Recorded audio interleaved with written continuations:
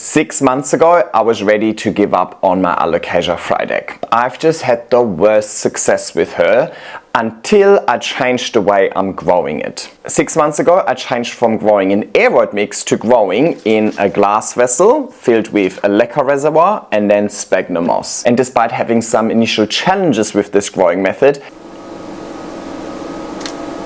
in the end, it turned out to be an absolute game changer. This is the best my Alocasia Frydek has ever looked, and I think we're only getting started. I uploaded a video about that initial journey of transferring her into the new growing method a couple of months ago, and you guys absolutely loved it. I've had so much positive feedback. I had a lot of comments, direct messages. I've been tagged in lots and lots of posts of more and more people trying this new growing method and feeling encouraged to give Alocasias, specifically Alocasia Frydek, one more chance. Now, this is nothing new. I myself was inspired by an Instagram account called Plants Decor and DIY, who have already been using this method for many years. So gotta give them credit in the first place. And of course, growing hydroponically and that sort of setup in itself is also absolutely nothing new. It's just new to me. And when something is new, it means that there are still lots and lots of learnings to be made. And that's what we're doing today. I'm here to share more of my learnings about this growing method. Specifically, 6 weeks ago, I gave this a repot. Or do you even call it a repot if it's just a bigger vase instead? A revase, a re-vessel, an upgrade. That was the first time doing that, so I thought I'll take you along, and at the same time I can address any questions and or concerns that people had on the back of the first video. Yes, alrighty.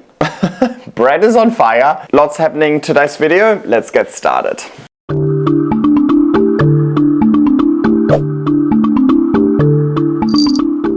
Hey everybody, and welcome back to my YouTube channel. First things first, thank you so much for all the love on the initial video I made about this plant. The video did really well and I've had so many excited comments on the back of it, and honestly it also makes a huge difference for me and my YouTube channel and the survival of this YouTube channel if a video actually does well. So thank you so much, and let's make this video perform just as well. So please engage with it, give it a thumbs up, leave a comment down below. Watch as much of it as you can, share it with your friends and so on. Very much appreciated, so thank you in advance. Now, in case you missed that original video, let's just really quickly give it back to Jan from 6 months ago so that we're all on the same page and we know how we gotten here in the first place. I have been talking about my Alocasia, specifically my Frydek, for quite a while now. I've done a 12-month transformation video on this plant, and it wasn't a transformation I was planning on. So yeah, needless to say, I feel like I've had very poor success with Alocasia Frydek, even the green velvet, Alocasias at large really, apart from the cupria you see in the corner over there. She's the only one really thriving for me. Today I want to, well, fundamentally change the way that I grow this plant in an attempt to hopefully have better success. Little chicken pose. Wow, you're showing off today. And then if that was a great success, then this is maybe the way to go forward with the rest of my Alocasias as well. Yeah, why is this plant getting more attention than you? Aren't you so much more gorgeous? You're so much more gorgeous. Well, obviously, we need the plant. I went out and bought some hydro clay pebbles, aka lacquer. I found this glass for $4 yesterday, and this one also for $4. I have not bothered washing them, and I don't think I will, because I think it's getting really dirty soon. I think maybe this is a little bit too small because there are 3 plants in here, so I think I'm gonna go with this one for now. I need to free up this plant from its existing medium first. I'm quite lucky because it is tree fern fiber heavy. Now you can see the leaves, the roots are actually really healthy. Actually there's a bit of mold in there, as you can see, but the roots look super healthy. I don't know why the leaves are looking so manky. Now, because it's quite tree fern fiber heavy, this should flake apart very easily. I can see one extra corm over here actually, but I'm just going to leave that because these all grew from corms that were left in the pot when the mother plant died. So I never really propagated them purposely. So I'm just going to keep them in there in case something goes wrong again. Well, it can just sort itself out, huh? Alright, just quick checking that there's no other corms that I missed. And you know what I want to do is I actually want to dunk this in water to get any of the excess soil off. Why don't we do that in that vase so we can actually see the process? Hydro, semi-hydro, I don't even know what all of these words means. I think if I would go completely into leca with this plant, for example, ideally I would get rid of all of the organic substrate. But given that I'm going to put this into moss, I mean, I grow a lot of plants like in aeroid mix and moss, or have like aeroid mix and a layer of moss on top and so on. So I don't think the aeroid mix is going to like cause any root rot issues when if there's a little bit left. There's passive hydro and active hydro. And to be honest, I never really bothered looking into any of that. I just love my aeroid mix. All right, let me show you that. I mean, you can see all of the additional stuff that came off, and I'm happy with these roots. There's definitely a little bit of dirt, there's a little bit of substrate still stuck in the middle, but I also don't really want to rip these apart. I just want to keep them as they are. Okay, it says I need to rinse and then soak them for 6 to 8 hours. Definitely not gonna do the soaking part, I think, but the roots won't touch the leca anyway. It's really just a drainage layer. So maybe a little more. And it would have probably been smart to re-watch their tutorial. I'm just doing it from memory. I think it's fine. Let me just quickly rinse this. Alrighty, on to the next part, and that next part I thought was genius. So they're now just using moss, but they are actually using dry moss when they put this together. I never work with dry moss. I always... Was that too much leca? Yes. Let's do it this way. I love how I say it was too much leca, like I know what I'm doing. I'd never use dry moss because you know, when I make moss pots and so on, I want to use the moss in the state that it's going to be in afterwards, and it's never going to be dry. I'm trying to keep it moist. But what they said is basically that if you use dry moss and then you water it and the moss expands, that gives your plant stability. It holds it all in place. So you don't have to worry about it too much for now. I do think I somehow need to wrap these roots in a little bit of moss, of course. Make sure that they're kind of covered. You know, there's little gaps in between the roots that I can't put moss in now. Like that apparently will just happen when I then water it in, which is kind of cool. So I just loosely, like more or less loosely pack it because I'm waiting for the moss to expand. I mean, it's a small plant still, so let's keep it as it is. Alrighty guys, I just put a little bit of CCS in some water and let's water this in. I think right now we don't need to be very careful with how much water we use because we're going to drain all of the excess out. But I'm going to put you on a little time lapse to see if we can actually watch the moss expand.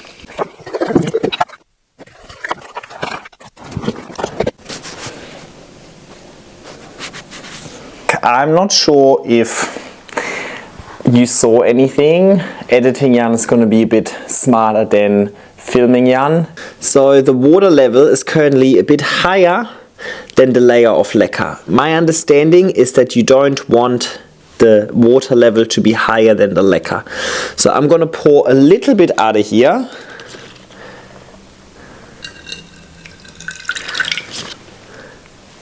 Now you can see that the water level is here, right kind of where the leca layer ends. I mean, it would be smart if my leca layer would be a little more consistent, right? A little bit more maybe. Keep in mind I also haven't soaked the leca yet, so it might soak up a little bit more water. what I'm going to do is I'm going to put it back in the exact same spot that it was in before, which is in a south-facing window. Means it gets bright indirect light, but no direct light. And maybe a little bit of direct light towards the afternoon, now that we're heading into summer. But I mainly want to just put it back in the same spot so we have a better, let's say, like comparison. First, I want to see some root growth and then hopefully some nice leaf growth as well. See how we go, you know. We're experimenting, we're in this together. I'm as curious as you are. I just have to stay a little bit more patient because you guys will see the update coming up now. I, however, have to actually wait. Oh well, it has been 1 week since the transformation and yeah, the plant isn't looking too happy, is it? Hello, careful there with the scissors. Now, let me bring you a bit closer. I mean, you can see really, apart from the latest leaf over here, everything is very sad and going very yellow. Now, that in itself isn't necessarily super unexpected because I suppose it is a bit of a shock to the plant. I do think I can see some roots here. It's really hard to differentiate between roots and moss. I think I can see some healthy roots here as well. So yeah, I suppose I won't give up on it that quickly, right? It's only been a week and I think it is just part of the process. So I'm having a little trust the process moment and I hope that it's just gonna sort itself out. I would normally cut all of these off because they're so ugly, but I actually just want the plant to take as much energy as possible out of these leaves and put it back into its core and root system. So I'm not going to do anything with that, but probably over the next couple of days or so, as some of these leaves become really, really bad, like this one, I'll just start, or they actually just drop anyway.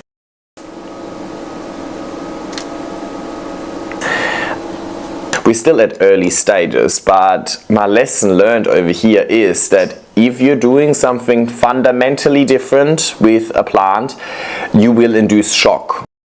It has been 1 month since the last update and honestly not much has changed on first glance at least. All of these yellow leaves eventually just started falling off, or so I suppose I just ripped them off eventually. But yeah, I was like, okay.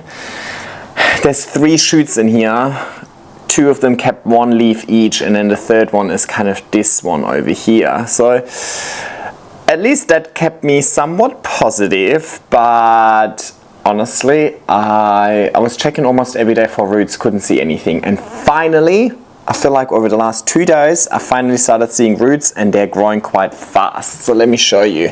And I hope it's okay with the glare. You can see 1 big root coming in over here, tiny one here, another one right here. It happened! We finally have new leaves and I think they're the nicest leaves I've ever had on this plant.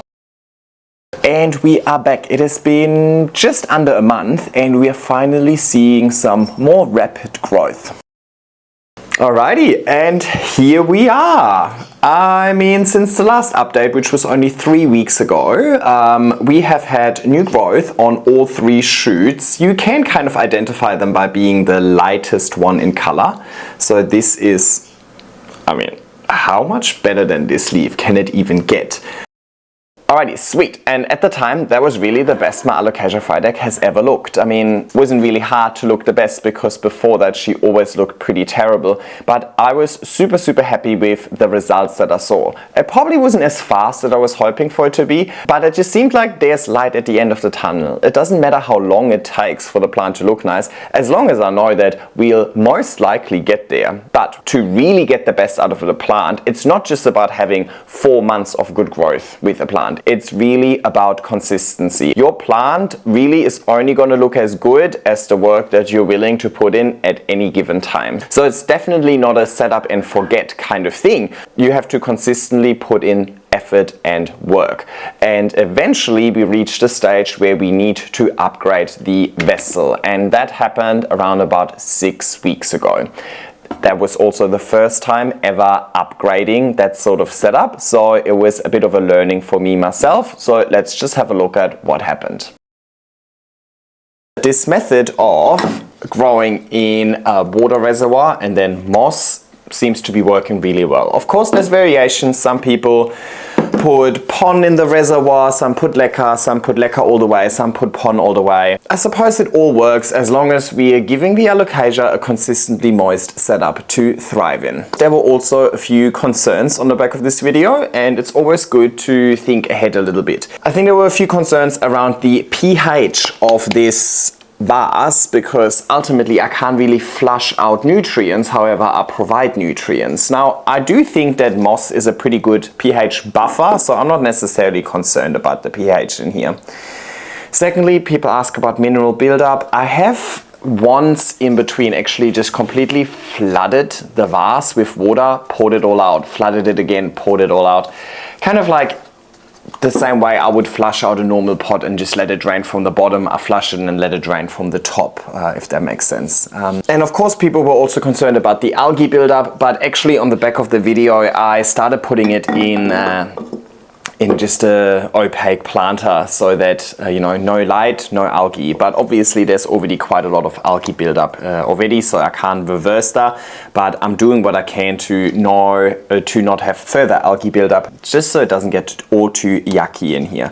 So overall, I'm not concerned. And think about it. The setup I was using before, just trying to grow it in my aeroid mix, didn't even yield results in the first place. So I don't need to worry about these amazing results potentially not continuing or slowing down or deteriorating a little bit. I have the method to make it work again now, right? I mean, can't be worse than what happened before. So I'm really, really happy with this method. Now that we've been introduced to this method, we gotta continue working with this method, and we're really making experiences together over here, right? When I talk about moss poles, for example, I have plants that have been growing on moss poles for 5+ years, and they back up all of my methods. They back up all of my tips and tricks that I give you, because, you know, proof is in the pudding. With this one, I'm cooking the pudding as we speak, right? This is the most experience I've ever had with this. There's nothing I know about this method that I haven't shared in the initial video. So we're really making these experiences together, and hopefully we are succeeding together as well. But I think it is time to take it to the next step and now attempt a repot with this method. Let me show you why. I think you can definitely see a lot of roots, specifically towards the back over here. There's also a couple of corms over here actually, and lots of roots going into the layer of leca. You can even see some roots coming out over here and then being funneled into the moss, right? And then the leaves are looking good. However, I do think like the latest leaves are actually slightly reduced in size. Could be because of the high variegation. I think it's time to repot it because we are also fast approaching autumn and winter. I don't think this plant is going to have a good time in this vase for another 6 months or so. So I'd rather repot it now. Before it gets kind of coldish, right? And then the plant has a little bit more time to adjust. Now, over the last few months, I have gone to Vinnie's a lot. And every time I go to Vinnie's, or like the second-hand store, op shop, whatever you want to call it, I keep my eyes peeled for big glasses. And look what I found. Now, of course, because I don't have them available in all sizes, I just kind of go with whatever they have. This might be a little bit too large. It's quite a big jump up, I have to say, but there are 3 plants in here, right? So YOLO, see how we go. I just figured let's go rather too large than too small. And to be honest, I didn't really have anything between this and this. So it is what it is. I feel like I should just watch their tutorial, shouldn't I? Let's see if they have a tutorial on how to repot it. I didn't really think this through.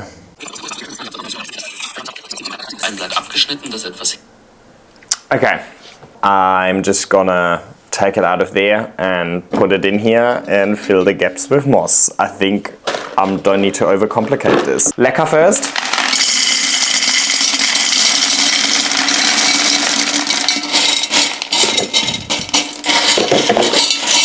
Jeez, this glass is taking a lot of leca.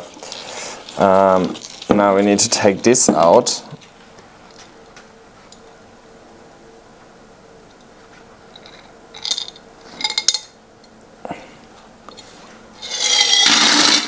Might as well, right?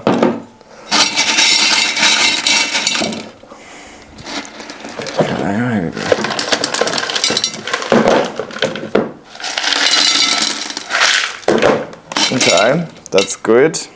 Ooh, now I can show you the roots without the glare, huh? It's looking good. I don't think it's like super root bound, but as I mentioned, I rather do it now. I'm gonna keep the corms exactly where they are. I rather have them shoot within the pot, huh? The more the merrier. Plus I'm giving it some fresh moss as well, which could really help the plant grow a little bit better. I'm gonna again start off with dry moss and I'm gonna water it, and then the watering is gonna hold it all in place, even though right now I'm not all too concerned about it being held in place because I think it works as it is. I'm gonna use a lot of moss. This is definitely a big vase. Now also I want to think ahead. One thing I know about alocasias is they like to get kind of droopy leaves.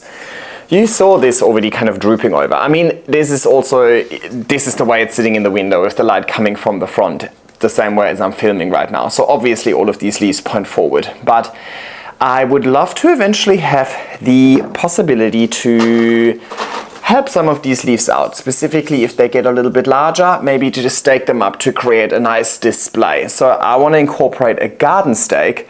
Not that I need it for now, but I know that in the future I'll need it. And I found these really cool new garden stakes at Bunnings that are extendable. So for now I'll just hide it in the pot like that. You can't really see it even. But when I eventually want to go ahead and use this to tie a few petioles to it, oops, then I can extend it, and ideally not, yeah, here we go, to like here, right? And then I can take a petiole and a piece of twine and just tie it to here.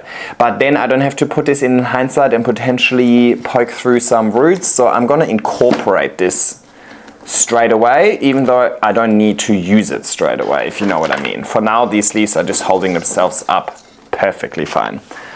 Alrighty, and now I just fill in around it. Now I have to say, because so many people started following this method on the back of my video, I feel a bit of pressure. I really hope this is going to work out in the long run, but YOLO, right? I suppose the boys from Plants Decor and DIY have already been doing it for years, so I have confidence in the method. Because otherwise they wouldn't have amazing plants, right? They've done the proof is in the pudding for me. But also it was so cool to see a video actually perform so well.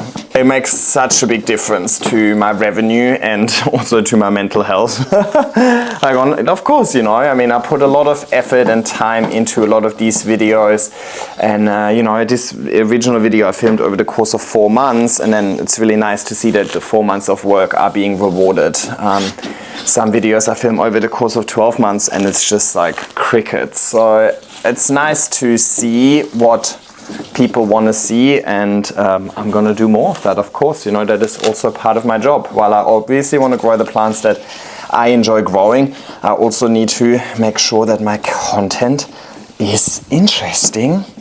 And quite clearly, people really liked the Alocasia content, and I'm here for it. So let's do this.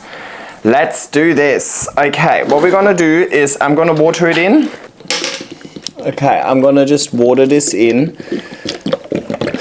and then we will watch the moss expand and absorb it. And let's see if I've overfilled this with moss or not. Because when I filled it with dry moss, the moss is gonna expand when I water it, right? So for now, I'm just gonna water very, very liberally, and then we can just discard any excess.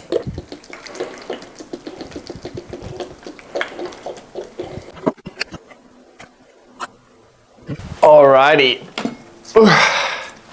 And we're back. Let's have a look. It's only been like 5 minutes, not long. Let's see how much I can pour out of here.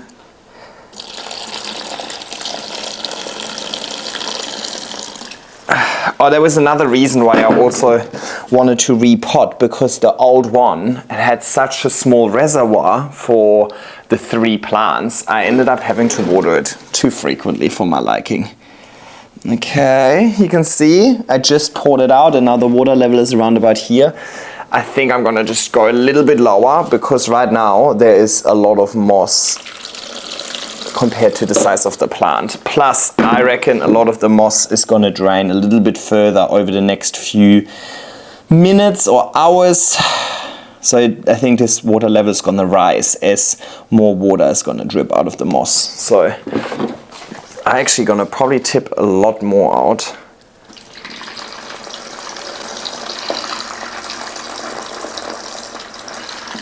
Oh, you really underestimate how much water is down there actually. Can't even see this, it's just here for now.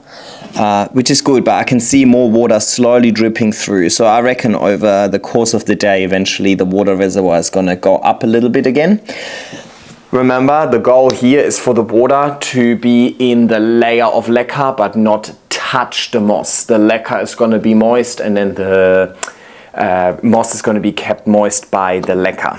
And in theory, what that means is that you don't need to water all too often. You just wait for the water reservoir to be empty, then you top it up once, and then over the course of however long that might take to empty out, the reservoir is keeping the moss moist. So you don't need to worry about the moss ever drying out. And that is kind of what makes this so successful.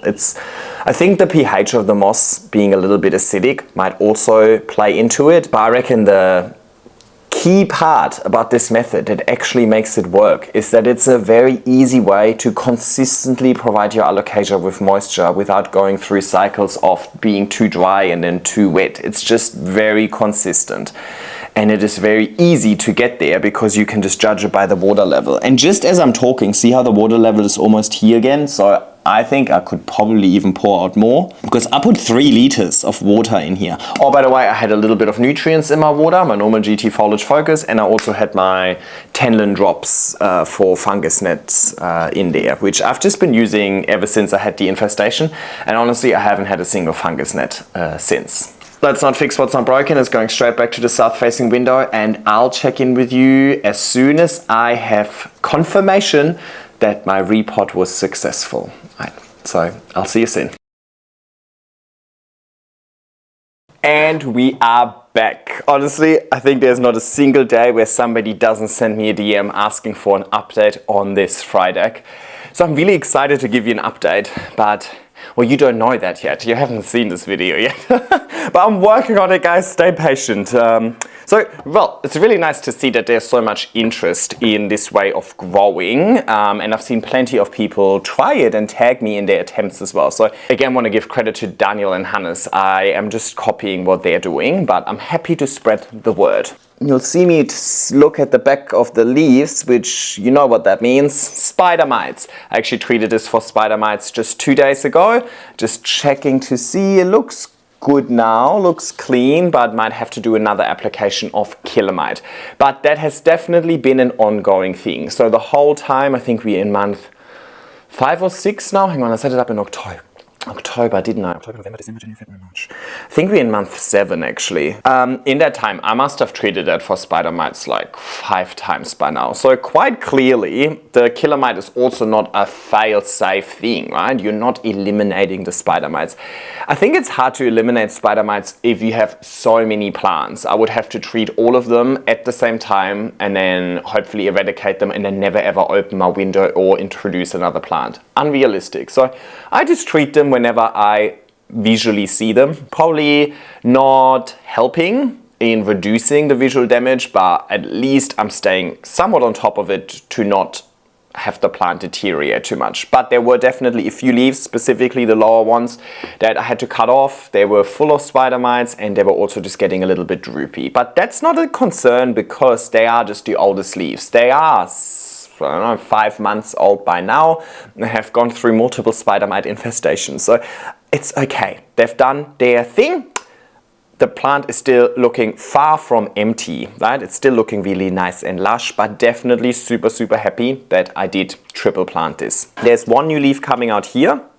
And I believe this was also a new leaf that has unfurled since we've done the last repot. So there is action. What about the third one? The third shoot had this leaf, but I think it was already there when I repotted it. It could be that this has so much variegation, because hang on, which 3 leaves? These 3 leaves are the same plant. That seems to be the highly variegated one. And I think it's just growing really slowly as a result of it. Makes sense, right? This one is the plant that can do the least photosynthesis because it's mainly white.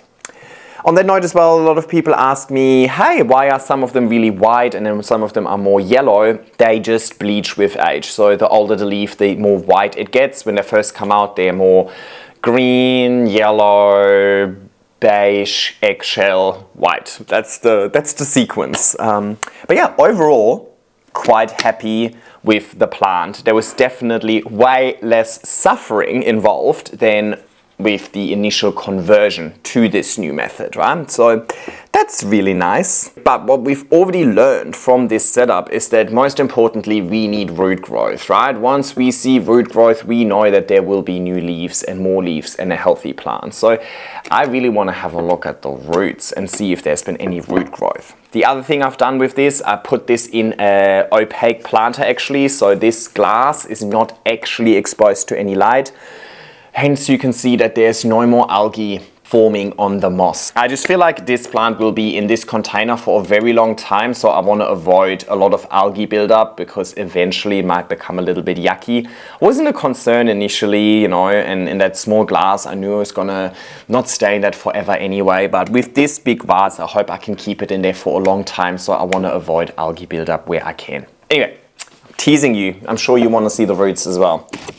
Teeny tiny root pushing towards the front. Over here, we've got two quite large roots. They should be decently visible, no? And down here, oh my god, why is this so glary? Okay.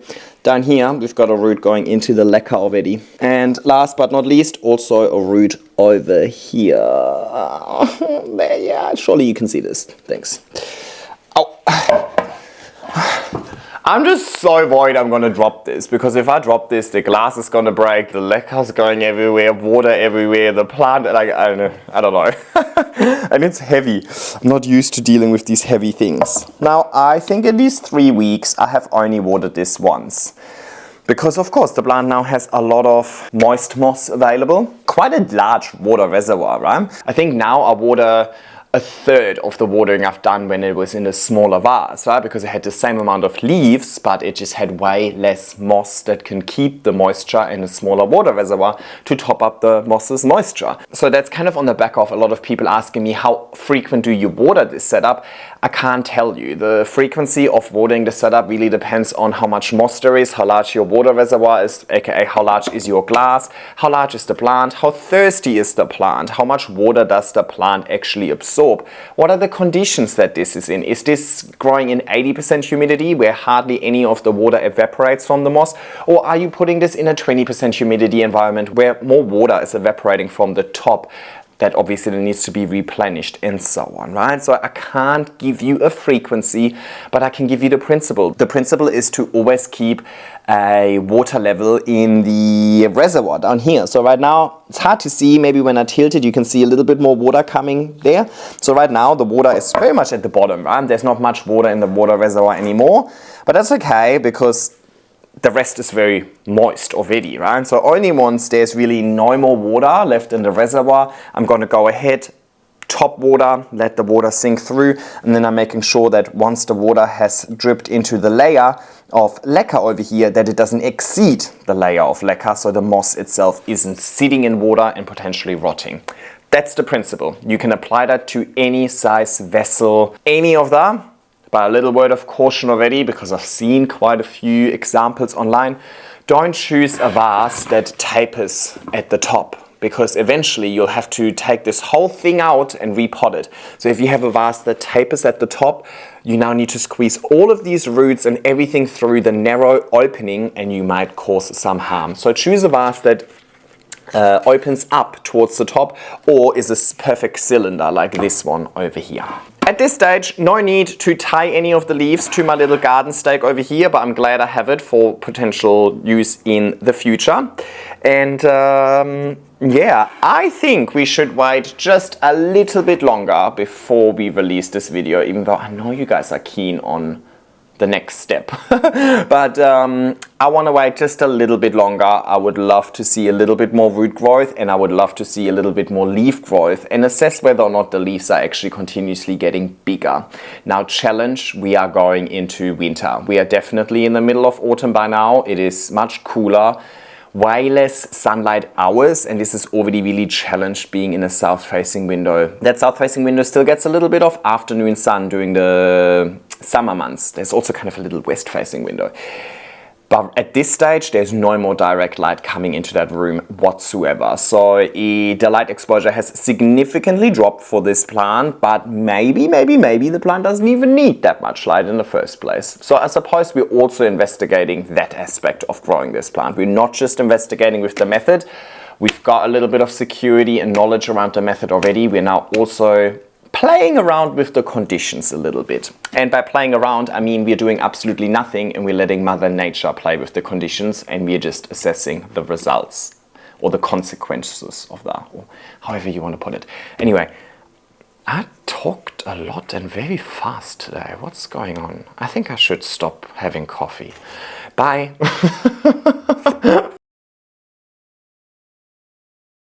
And we are back. I do think this is the best this plant has ever looked. I mean, I see it every day, so I don't really notice how much the plant is growing until I look back at my own footage. Since the repot, all 3 of the plants have grown at least 1 new leaf. The latest one, the smallest one, has only now unfurled this leaf, so it's still quite small and it's going to inflate a little bit. I do believe it's just a little bit slower and held back by the really high variegation. So this plant has, this one does not belong to this plant. This plant are these 4 leaves, and out of those 4 leaves, 3 of them are very white. Also explains why they're going a little bit crispy, but I'm not concerned about that.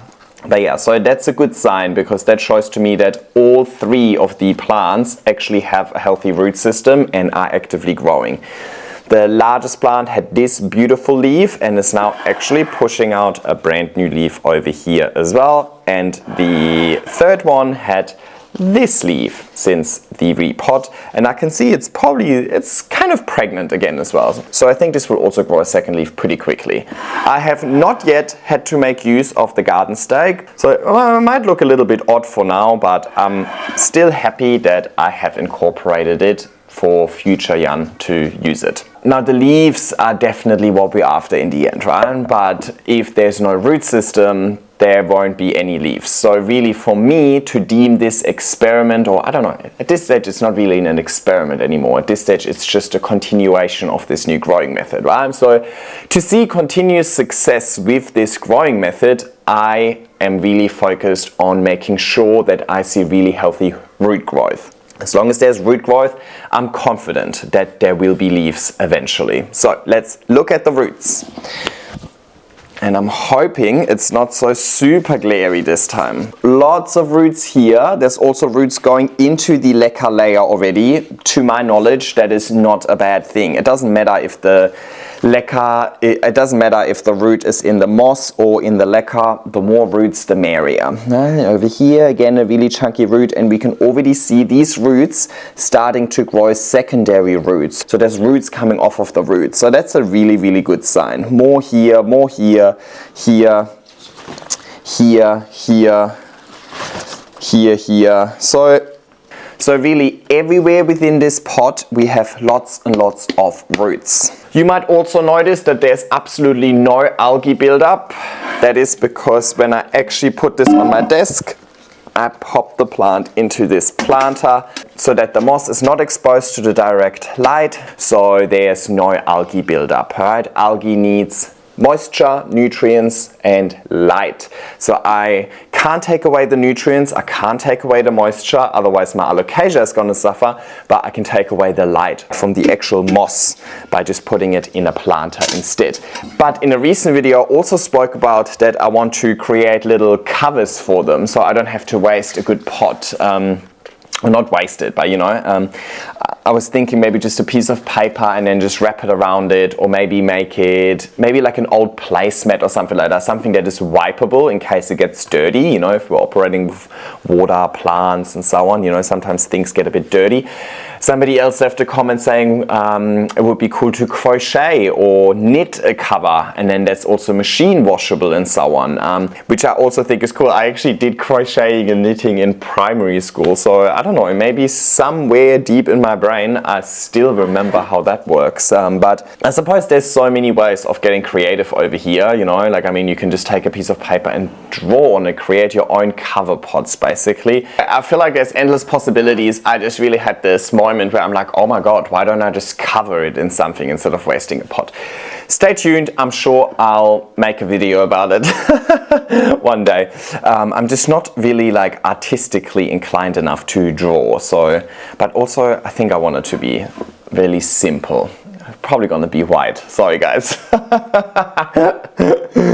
So what have I learned about this? I mean, I was pretty confident that this repot isn't going to introduce all too much shock, because if we compare that to the initial transfer from aeroid mix into moss, we are fundamentally changing the growing medium. Over here we didn't change the growing medium, we didn't even like loosen the root system or whatever, we really just gave the whole thing more media to expand the root system even further, right? So happy days. So I wasn't necessarily concerned for the actual repotting method to be incorrect or me introducing too much shock as part of the repot.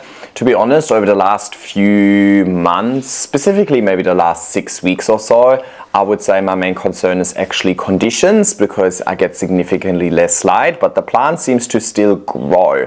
It's not necessarily increasing in leaf size much, right? So maybe that is because we're decreasing the light exposure, but she's growing, she's happy, you know, I'm not mad. I think I had some ideas of maybe moving her under a grow light. I think I'll monitor, see how it goes over winter. We're not in the darkest part just yet, right? So we still have a good month and a half to go until we're hitting the darkest day, and then obviously we have another month and a half until it's back to the same darkness as it is right now. So the next 3 months will be even darker than it has been now. So maybe if I see a decline or I see really a lack of anything, I might consider changing it, but I would love to have this plant in the same spot year round and it just changing with the seasons, right? So maybe it won't grow as much during winter, but it will then grow a lot during spring and summer, and it will be extra rewarding.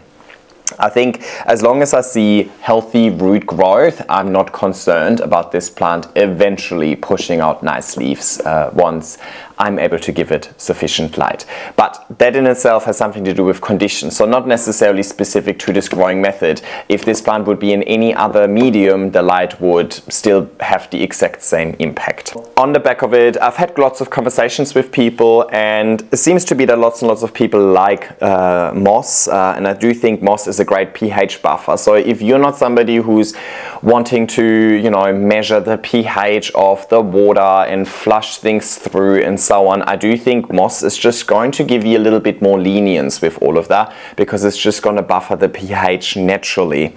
But I've also seen lots of people use pon or leca, so it just the whole thing, not just a reservoir, but the whole thing made out of pon. So pon is like a mineral substrate. Leca, obviously, just little clay balls and so on, and they've all had great success with it as well. So I don't think there's like a right or wrong over here. As I always say, when it comes to plant care, we have lots and lots of flexibility, but the principle is that the plant is growing in a fairly moist setup, right? Which is usually super counterintuitive for lots of us, especially the ones of us that have grown in aeroid mix before and use moss poles. I always talk about, oh, make the aeroid mix as chunky and well draining as possible, so the excess from the moss pole isn't going to cause overwatering issues, right? It's always about drainage, it's always about aeration, it's always about being careful that your pot doesn't sit in excess water and so on. So it's even for me still so weird to think how much water is involved in this setup. But it's obviously a completely different type of growing, and the plant is used to it. That is why the plant through a hissy fit initially because the plant was not used to being in such a wet environment, and it had to completely shed the existing roots and then regrow new roots, and those new roots were used to that sort of setup. So as long as your plant is used to that setup, it's not necessarily in concern that there's so much water. So the overwatering issue doesn't really apply over here because the plant is used to that amount of water in the first place. Now, I have also seen people that have had great success with this plant in aeroid mix. I'm not saying it is impossible. I think it's just a little bit harder to consistently keep the aeroid mix moist while avoiding overwatering and too much of a drying out period. Monsteras, for example, love their drying out period, right? So they don't mind that, but these Alocasias seem to really not like it. So I feel like this is just a much safer setup to provide consistent moisture, and that is really the bottom line why this setup works. So if you find it easier for yourself to grow this plant in leca, and that is the way you consistently provide moisture, go for it. If you prefer pond, go for it. I think the underlying principles over here are very, very similar, and we can learn from each other, right? Now, I do think that with leca and pon, you might have to stay on top of the pH a little bit more, but that is something I personally have very little knowledge about. But there's lots and lots of people that grow hydroponically on YouTube, so I'm sure those people will be more suited to provide further in-depth knowledge. I can only really talk about what I know. I personally am not doing any pH buffering, and I'm not planning on ever doing that over here. I personally am not even planning on measuring the pH over here. Really, all I do is I water and monitor the water levels. When I water, I provide my GT Foliage Focus nutrients, and I have not had a flushing out cycle with this plant since I gave it the Repot. But I do think maybe with the next watering, I'll just use plain water just to avoid mineral buildup. But at the moment, I'm not watering this setup very much. First of all, because I have so much more moss, so much more leca, so much more empty space for water. Like the reservoir is just larger, it holds more water, which means that I don't have to top it up as frequently. Second of all, the room in itself is a good 5 to 6 degrees colder than it was when I initially set this up, so there's less water evaporating. And thirdly, the plant is growing a little bit slower, so it's using less water, right? So at the moment, I'm not watering all too frequently, maybe every 2 to 3 weeks maximum. I mean, I'm kind of due for watering over here, but if I tilt it, there's actually still plenty of water in the reservoir. So I actually probably don't have to water this for another week at least, maybe even more. Obviously, if I would do more frequent watering, I might be a little bit more careful with the nutrient provision, because I usually provide nutrients with every watering. Let's say if I would water every week, then maybe every 4th watering, I would just flush it out with just water and maybe tip out a bit of excess. But at the moment, I'm not concerned. From what I've learned, Alocasia seem to be heavy feeders anyway. See how we go, right? Proof is in the pudding ultimately. That, in the grand scheme of things, I don't have all too much more to share about this because not that much has happened. Fortunately for me, nothing has gone wrong since the Repot, and usually you learn from your mistakes. I don't know if you want to see it from the back, but you get to see it anyway. You usually learn from your mistakes, so because nothing went wrong with this Repot, I haven't made like any crazy learning, right? All I learned is that, okay, whatever I've done the first time around worked also the second time around, so that's also good. Since I've had such great success with it, I have also tried growing a few other plants in the same setup, and I'm doing specific videos on all of those. I have 5 plants in this setup, and 4 of them have been a success so far. 1 was unsuccessful. So it is not fail-safe, right? And I've done the exact same thing with all of them. So there wasn't any difference. Actually, the one that failed didn't even come from aeroid mix into this setup. It actually came from a water propagation into this. So I actually thought the water propagation should have more success and less setbacks as part of transferring it into the setup, but it didn't. But I'm working on a more in-depth video on all of this as well, as soon as I have a little bit more clarification on my own learnings, right? But I did want to put it out there, it is not fail-safe, right? Things can still go wrong. We're still dealing with living organisms and they can throw a hissy fit for whatever reason. With that failed attempt, it could have also been a conditional issue. It could have been something else. I could have been too rough and potentially rip an important root, and then that's just kind of like a death sentence to the plant. I'm not too sure. Succeeding once doesn't mean that you'll always succeed, which also means that failing once won't mean that you always fail. But that's kind of an interesting part of the plant hobby in the first place, right? Like, we love the roller coaster and like having success, not having success, learning something, doing better, improving on it, and so on. And I'm really, really excited to keep making more learnings with this method of growing, with this plant, with Alocasias at large, a genus I have somewhat been avoiding for so long because I wasn't really feeling like I have the tools and knowledge to make them work. But I feel like I do now. So that's really exciting. So I feel like I unlocked a whole new part of the hobby that I kind of avoided beforehand, and it really invigorated, you know, a passion for Alocasias for me yet again. So I'm so happy I stepped out of my comfort zone and did something different, and I'm super, super happy that so many of you guys are also stepping out of your comfort zone, giving Alocasias maybe another try, trying this method and sharing your success with me as well. It made me really, really happy to see so many people from all over the world trying this method on the back of seeing me attempt it and also having success with it. I love sharing my passion for plants with you. I love sharing the joy that plants bring me, but of course having success in growing the plants is ultimately the joy that I want all of you guys to experience. So that made me really, really happy. On that note, if you are growing a plant in that setup on the back of my video, tag me in your videos, tag me in your posts, tag me in your stories and so on, if you happen to create content with them, or just leave a comment down below letting me know how it goes.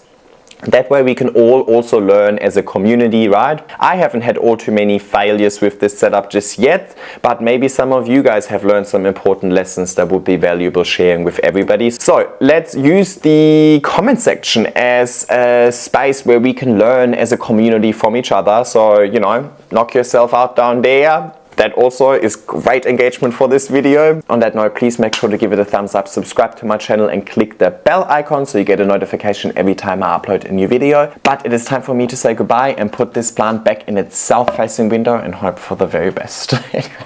Take care and happy growing.